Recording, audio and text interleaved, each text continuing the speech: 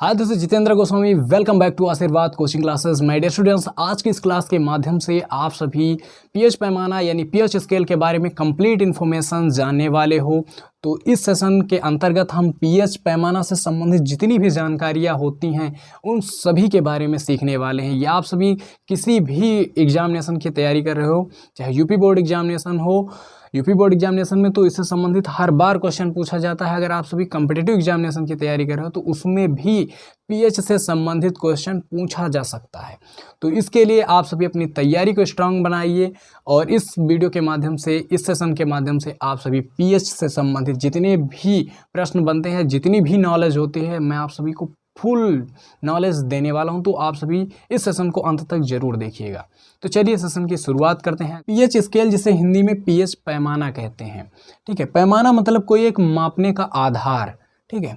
कोई एक मापने का आधार हो, जैसे कि आपने स्केल, इसी का इंग्लिश होती है क्या, स्केल। स्केल आप सभी ने देखा इस तरीके का होता है। स्केल भी तो एक आधार होता है जिससे हम लंबाई को मापते हैं, या आप कह सकते हो दूरी का मापते हैं। दूरी का मात्रक क्या होता है, मीटर, ठीक है। तो दूरी के मापने के लिए हम मीटर का उपयोग करते हैं। और जैसे सेंटीमीटर या मिलीमीटर या इंच में इस तरीके से जो चीज़ें हम मापते हैं तो उसके लिए हम स्केल का यूज करते हैं। तो स्केल क्या हुआ, एक बेस हुआ किसका, दूरी या लंबाई मापने का।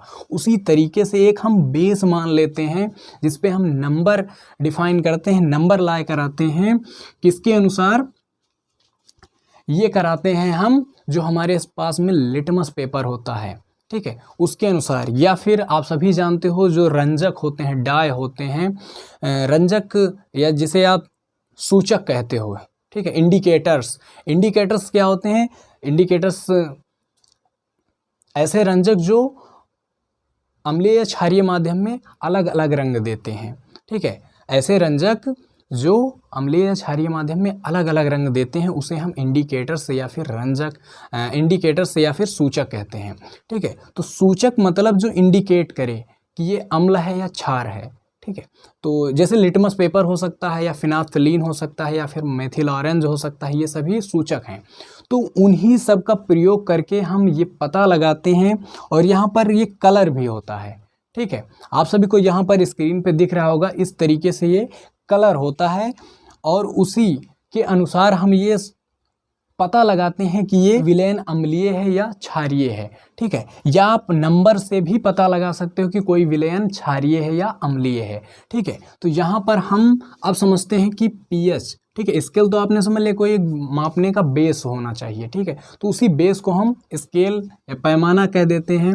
और बेस हमारे पास कुछ इस तरीके से होता है, जिसका एक स्केल के तरीका का ही हम नंबर डिफाइन करते हैं उसके अंतर्गत, ठीक है। और उसी के अनुसार हम अपनी पीएच वैल्यू देते हैं, जो भी हमारे लिटमस पेपर या फिर फिनाफ्थलीन के द्वारा या फिर मेथिल ऑरेंज के द्वारा प्राप्त की होती है। तो अब यहाँ पर हम सबसे पहले पीएच समझते हैं कि पीएच असल में होता क्या है। तो एक जो डेनिश रसायनज्ञ थे, एल सोरेनसन, ठीक है, सोरेनसन के अनुसार या उन्होंने बताया कि किसी विलयन में उपस्थित हाइड्रोजन आयनों के मोल प्रति लीटर में, ठीक है, किसी विलयन में उपस्थित हाइड्रोजन आयन के मोल प्रति लीटर में सांद्रण के ऋणात्मक लघुगुणक को पीएच कहते हैं। किसको, ऋणात्मक लघुगुणक को पीएच कहते हैं, ठीक है। पीएच यानी कि अगर इसका सूत्र या इस परिभाषा के अनुसार इसका सूत्र बनाना चाहें तो इस तरीके से हो जाएगा, pH is equal to minus log H plus, ठीक है। इसी को आप इस रूप में भी लिख सकते हो, लॉग 1/h प्लस, ठीक है। इस तरीके से आप सभी इसको लिख सकते हो। ऐसे हाइड्रोक्साइड आयन का भी होता है कि POH minus log hydroxide ion. आपसे पूछेगा पीएच का अर्थ क्या है, या फिर P का अर्थ पूछ लेगा, या फिर H का अर्थ पूछ लेगा। तो P फॉर क्या होता है, P एक, यहाँ पर P फॉर हो जाएगा पोटेंस। पोटेंस जो एक डेनिश शब्द है, ठीक है। इसको किसने दिया है, एल सोरेनसन ने, ठीक है। सोरेनसन ने बताया कि P फॉर क्या हो जाएगा, पोटेंस। ये डेनिश रसायनज्ञ थे तो इन्होंने डेनिश में दिया। अगर इसको इंग्लिश में कन्वर्ट करना चाहें तो इसका मतलब होता है पावर या फिर शक्ति, ठीक है। H फॉर होता है हाइड्रोजन आयन सांद्रण, जो हाइड्रोजन होता है उसकी सांद्रता कितनी है वही बताता है। तो 7 पे होता है ये उदासीन, ठीक है। क्या होता है? उदासीन यानी कि न्यूट्रल होता है, ठीक है। ये होता है 7 पे न्यूट्रल, इस पे हो जाएगा न्यूट्रल, ठीक है। और इधर अगर हम 0 से लेकर के, ठीक है, यहाँ से हम 0 से लेकर के 7 तक, यहाँ तक अगर करेंगे तो ये कैसा माध्यम होगा? ये माध्यम होगा हमारा अम्लीय, ठीक है। ये पूरा हमारा माध्यम होगा अम्लीय माध्यम, ठीक है। ये होगा हमारा अम्लीय माध्यम। कहाँ से? 7 तक, ठीक है। ये होगा हमारा 7 तक, इधर पूरा। और इधर क्या होगा हमारा? क्षारीय होगा, ठीक है। 7 से ऊपर जितना भी होगा वो क्या होगा हमारा? क्षारीय होगा। ये 7 है, 7 से लेकर के 14 तक क्या होगा हमारा? क्षारीय होगा। अगर हम जो ये पीएच स्केल होती है इसकी पूरी रेंज पता करें तो रेंज कितनी होती है इसकी रेंज हो जाएगी 0 से लेकर के 14 तक, ठीक है। अगर क्वेश्चन पूछता है इस तरीके से भी कि पीएच स्केल में पीएच की रेंज क्या होती है, तो पीएच की रेंज हो जाएगी 0 से लेकर के 14 तक। देखिए यहाँ पर 0 है, अंत में लास्ट में 14 है, तो 0 से लेकर के 14 तक इसकी पीएच रेंज हो जाएगी, ठीक है। 0 से लेकर के 7 तक जितना भी नंबर होगा वो ये बताएगा कि विलेन कैसा है हमारा? अम्लीय है। और 7 से ऊपर 14 तक बताएगा, जितने भी नंबर हैं ये बताएंगे कि विलेन हमारा क्षारीय है, ठीक है। अब यहाँ पर अगर इधर की बात करें तो इधर क्या होगी? अम्लीयता बढ़ेगी, यानी कि अगर हाइड्रोजन H+ आयन की सांद्रता, ठीक है, H+ आयन की सांद्रता इस तरफ क्या होगी? बढ़ेगी, ठीक है। और अगर क्षारीय माध्यम की बात करें, ठीक है, तो क्षारीय माध्यम यानी कि OH निगेटिव, ठीक है। क्या हो जाएगा क्षारीय माध्यम में? इधर OH निगेटिव आयन की सांद्रता क्या हो जाएगी? इधर की ओर क्या होगी? बढ़ेगी, ठीक है। तो इधर बढ़ेगी, क्या बढ़ेगी? इधर ये बढ़ेगा OH निगेटिव, क्योंकि इधर विलेन क्षारीय है। और इधर H+ बढ़ेगा, क्यों? इसकी सांद्रता बढ़ेगी, ठीक है। क्यों बढ़ेगी? क्योंकि इधर विलेन जितना भी है अम्लीय है। जितना आप इधर आओगे उतना ही प्रबल अम्ल आपको मिलेगा। अगर 0 से 1 के बीच में पता करें तो सबसे अधिक प्रबल अम्ल आपको यहीं पर मिलेगा। आप इधर जितना बढ़ते जाओगे आप उदासीन की तरफ बढ़ते जाओगे, ठीक है। यानी विलेन की जो अम्लीयता है वो घटती जाएगी, किधर? इस तरफ। इधर क्या होगा? अगर जब हम 0 से लेकर 7 तक जाएंगे तो विलेन की जो अम्लीयता होगी वो घटेगी, ठीक है। तो यहाँ पर एसिडिटी कम होगी, एसिडिटी यानी विलेन की जो अम्लीयता है वो घटेगी, तो इस तरफ घटेगी, ठीक है, घटेगी।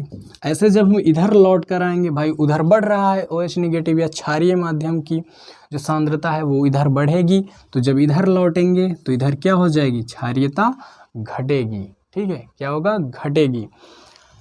7 पे उदासीन होता है, ठीक है। 7 पे क्या होता है? उदासीन होता है। हम सबका जो मानव शरीर है जो नियमित रूप से चल सकता है वो 7 जो पीएच रेंज होगा इसका 7.0 से लेकर 7.8 के बीच में या इतने तक चल सकता है। यानी कि ना अम्लीय हो सकता है, अम्लीय होगी तो आप सभी जानते हो एसिडिटी बढ़ने लगती है, ठीक है। तो जब एसिडिटी बढ़ती है तो आप सभी जानते हो समस्याएं बढ़ना प्रारंभ कर देती हैं। और 7.8 यानी ना तो ज़्यादा क्षारीय हो सकता है आप, यानी हमारा जो मानव शरीर वो शुद्ध रूप से हम जी सकते हैं कि कितने पीएच परास के बीच में? 7 से लेकर 7.8 के बीच में। और शुद्ध जल का जो पीएच मान होता है ये बहुत ही महत्वपूर्ण क्वेश्चन है। 7.0 या 7 शुद्ध जल का पीएच मान होता है कितना? 7 होता है। सिरके का पीएच मान 3 होता है। दूध का पीएच मान 6.4 से 6.8 के बीच में होता है, ठीक है। अम्लीय वर्षा, ठीक है, अम्लीय वर्षा का जो पीएच मान होता है, अम्लीय वर्षा के जल का जो पीएच मान होता है वो 5.6 से कम होगा, ठीक है। कितना? 5.6 से कम होगा अम्लीय वर्षा के जल का। नींबू का रस, नींबू का रस क्या? 2.2 से लेकर 2.4 के पीएच परास के बीच में नींबू रस का पीएच मान होता है। आंसू, रक्त या लार लगभग 7.4 इन सभी का होता है, क्योंकि आप सभी जानते हो जो हमारा शरीर है वो नियमित रूप से कब संचालित हो सकता है, जब 7 से लेकर 7.8 के बीच में हो। यानी कि हाइड्रोजन क्लोराइड जो अम्ल है ये कितना है, 0 एकदम, यानी बहुत ही प्रबल अम्ल के रूप में जाना जाता है। H2SO4 इसका 1 pH वैल्यू होती है। मानव का जो मूत्र होता है इसका 4.8 से 8.4 परास के बीच में। शैम्पू जो आप सभी यूज करते हो 7 से 10 pH परास के बीच में, मतलब बहुत ही क्षारीय होता है। और MgOH का वोल्टेज मतलब मिल्क ऑफ मैग्नीशिया जो एक एंटी एसिड है, ये 10.5 इसका pH मान होता है। 7 से कम जो pH मान होगा तो वो अम्लीय माध्यम होगा या अम्लीय विलयन होगा, 7 से अधिक होगा तो वो क्षारीय विलयन होगा। और सोडियम क्लोराइड जो नमक खाते हो वो भी क्या होता है, उदासीन होता है, यानी कि इसका जो pH मान होता है वो 7 का मतलब आप सभी ये जानिए कि ये न्यूट्रल है या उदासीन है। ठीक है, तो शुद्ध जल का pH मान भी क्या होता है, उदासीन होता है।